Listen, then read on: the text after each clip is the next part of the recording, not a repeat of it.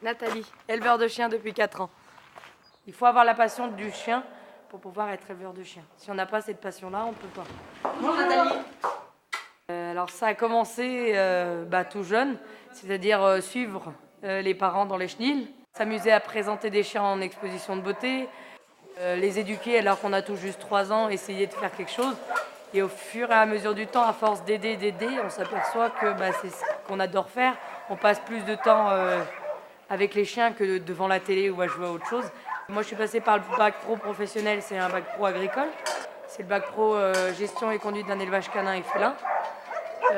J'y ai appris un peu toutes les bases qu'on a besoin de savoir en élevage, que ce soit en biologie, les maladies, la génétique ou autre, ou en zootechnie, le corps du chien.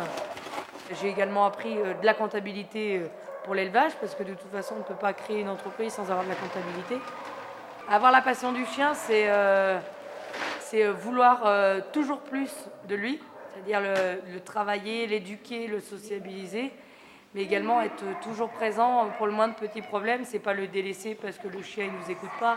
C'est une confiance qui se crée entre les deux. C'est un travail exigeant en sachant qu'on doit être en permanence derrière le chien pour le suivre, pour qu'il soit en pleine forme, pour qu'il soit toujours en bonne santé et qu'il n'y ait aucun souci derrière. Tout d'abord le matin, c'est donner à manger. Ensuite, c'est faire le nettoyage de tous les bâtiments d'élevage, de pension ou la maternité. Et après, ça serait soit des sorties avec les chiens, soit du dressage, soit de l'éducation avec nos chiots. C'est aussi les papiers administratifs. Ça peut être le soir à 8h, on revient, on redonne à manger. On met assis le chien. On finit, Et on fait bien on finit entendu tard, des câlins. mais il faut s'occuper de tout le monde, quoi. On fait également tout ce qui est vermifuge. On surveille beaucoup les chaleurs parce que de toute façon, pour faire des chiots, il faut surveiller les chaleurs. On surveille également les saillies. On est derrière à surveiller que tout se passe bien, qu'il n'y ait aucun problème. Le message qu'on transmet surtout aux clients, c'est un message de qualité. On lui montre nos box, comment ils sont faits, comment ils sont propres, comment nos chiens sont en bon état. Notre nurserie, on a fait en sorte qu'elle soit accueillante, qu'elle donne envie d'être vue.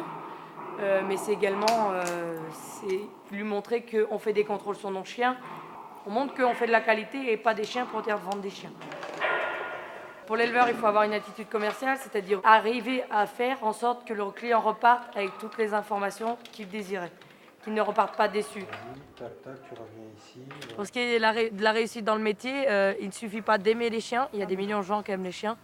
Il faut aimer les élever pour réussir. Les qualités humaines pour ce métier, c'est vraiment tout donner de soi. Il faut tout, faut rien mettre de côté, ne penser qu'à soi. Allez, Faut plus penser aux chiens qu'à nous. la chair. Donc être très généreux. Tout ce qui est temps de repos et temps de vacances, il y en a. Hein. On a quand même 5 semaines de congés payés. Mais comme des week-ends, on ne s'attend pas à avoir des week-ends le samedi et dimanche. Nos semaines de vacances, il ne faut pas compter les avoir en juillet ou en août, parce que c'est les pleines périodes de vacances. Si je devais tout recommencer du début, non, je ne changerais rien. J'ai appris tout ce qui me manquait pour faire ce métier.